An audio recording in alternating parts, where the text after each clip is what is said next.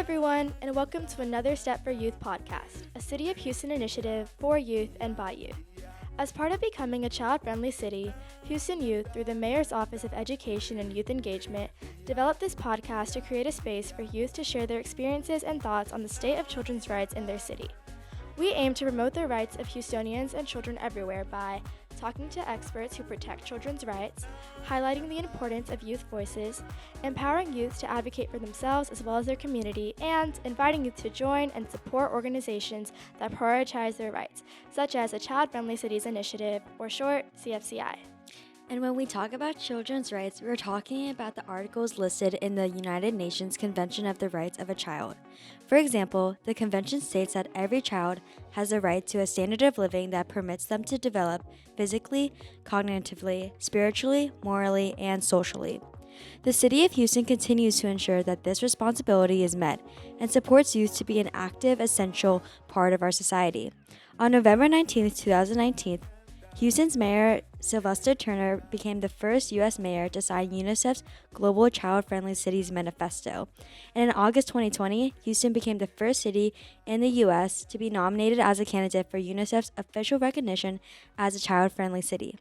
Oftentimes, child and youth voices are not heard on some of the most significant issues impacting their communities. Join us today to learn and hear about how Houston and its youth leaders can achieve safe and compassionate communities for all young people. Hi everyone!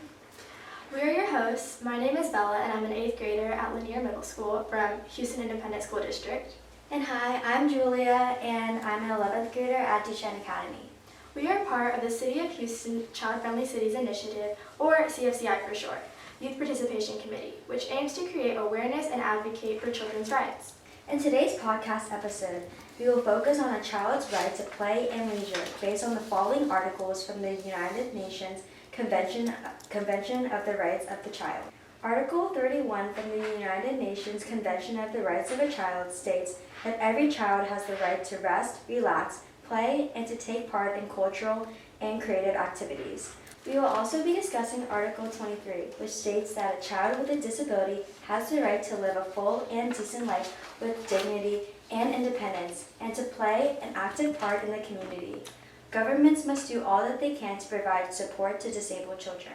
To discuss these rights, we will talk with Chrisette, an 8th grader at Lanier Middle School, who is a passionate disability rights activist, and Anahi, an inventor and freshman at Dawson High School. They will be talking with us today about the importance of ensuring every child has access to fun, creative, and cultural activities in their community, as well as the right for children with disabilities to experience the same rights to play and leisure. So let us welcome our first guest speaker, Chrisette, who is very active in serving and advocating for others as well as herself. Chrisette was born hard of hearing due to her Connexin 26 disorder, but at only 14 years old, she was the first vice president of her Top Teens American chapter, a member of the National Council for Negro Women, participated in the United Negro College Youth Fund Gala, and is an active member at her church. Additionally, she serves on her school's student council and is nationally qualified on Lanier's speech and debate team. Chrisette's perseverance, strength, and advocacy for her community are all remarkable qualities that demonstrate her incredible character and resilience in the face of challenges related to her disability. Chrisette, thank you so much for being here with us today. I'm glad to be here. And our second guest is Anahi, a freshman at Dawson High School. And at the age of 15 years old, she received a patent for her invention that tracks swimming time. Her invention includes a stopwatch with a waterproof housing, as well as 2 sensors. Anahi shows that youth, no matter what age they are, have amazing creative abilities and can have great contributions to our society. In her free time, she attends dance classes every day and is a member of her Dance Studios competition team. Happy you could join us, Anahi. I'm excited to be here. So let's get right into some questions. Chrisette, as someone who has a hearing disability, your personal experiences have shaped your advocacy for your disability rights. Can you share why you advocate for these issues and why you think others should as well?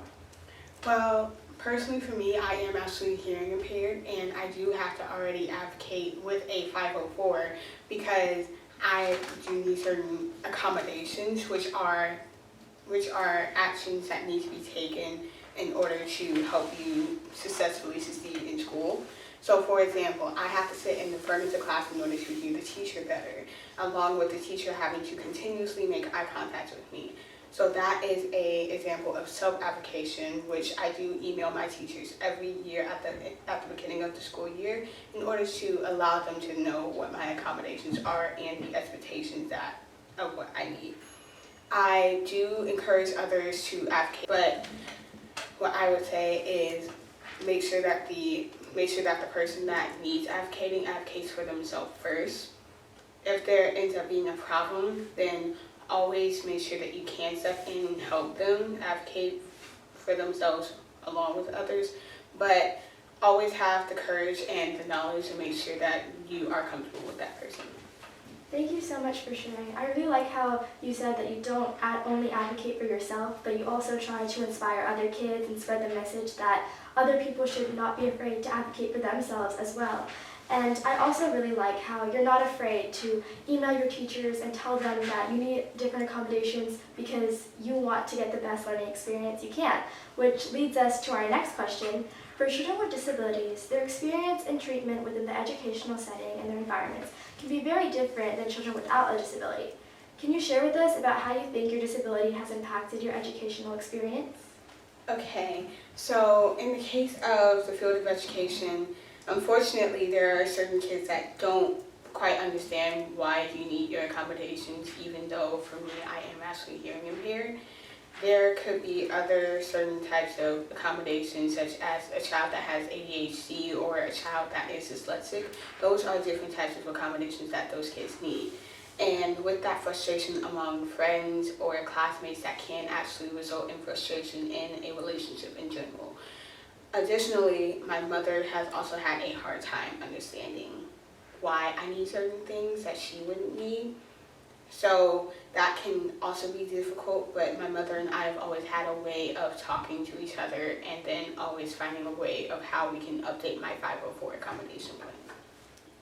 Thank you for sharing. I'm sorry that it's unfair that you have a disability and other people have disabilities, and sometimes it can be very frustrating for people to understand your situation, but you've done a great job trying to spread the message of advocating for yourself and never getting discouraged in the face of adversity. Now switching gears a bit, Anahi, you have an impressive history of creativity and innovation. At such a young age, you have taken creative liberty and demonstrated strong determination, which is very inspiring. How do you think your environment and your community nurtured your creativity and inspired you to become an inventor? Well, my school offered mini courses when I was in 6th grade. And basically these mini courses allowed students to take part in a course that they probably wouldn't take part in from like a day-to-day basis. So they had like different selection and options. They had like sewing, business, and one of them was inventions mini course. And I'd always wanted to try inventing something, so I wanted to try it out, and so I joined this mini course. And my teacher, Miss V, was super encouraging. She helped all of her students, and she loved being a part of every student's invention process. And so I think my school and my teacher really helped encourage me to think outside the box and try something new. And I think that without them, I probably wouldn't be where I am today. And they're always encouraging me, so I'm really thankful for them, and yeah. I love that your school had those like courses offered to y'all, and not just like in invention, but also like in business, like you said. And I'm glad that other youth had the opportunity to choose kind of the passions and the path that they wanted to take. And so we're really curious to learn more about your experiences as an inventor. Can you please tell us more about your invention, like what it is and how did you create it? Okay, so my invention is mainly targeted towards like swimmers. So it consists of a waterproof stopwatch. And basically there are 2 sensors that are attached on either side of the walls from the pool. So when the swimmer swims and touches one side of the wall, the sensor transmits the information to the stopwatch. So basically it tracks time of the laps that the swimmer makes, and then they can see what time they made for each lap. But also it's portable because I want to help those that aren't necessarily professional swimmers. So maybe those that can't afford a very expensive time tracking system. And I think my main inspiration to even become an inventor was in general every person that has invented something that has made an impact on this world.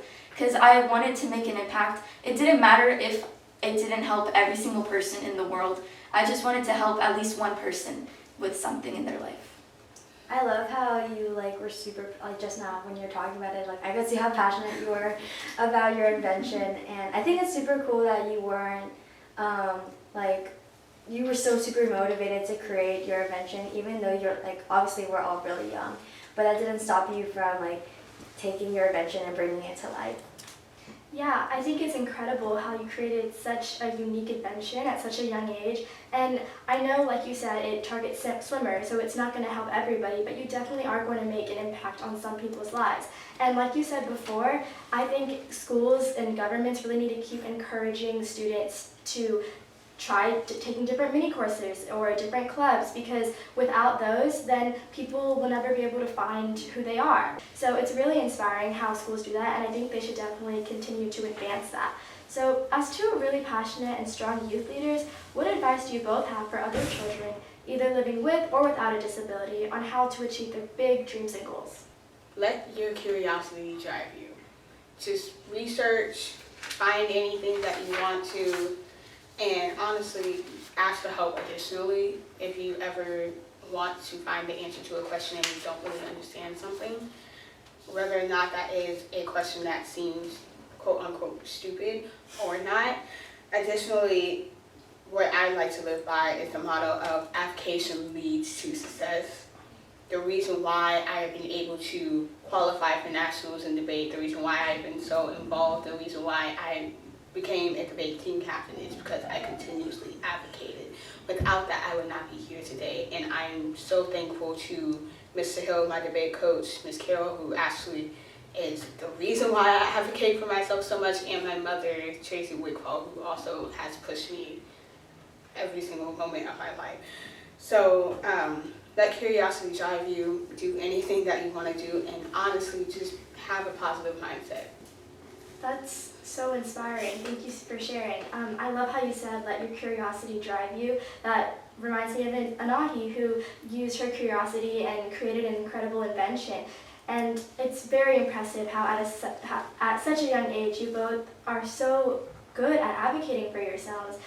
You definitely are both very inspiring. I think that also courage is very important, because I think if you don't take the risk of trying something new, you'll never be able to know what the outcome may be.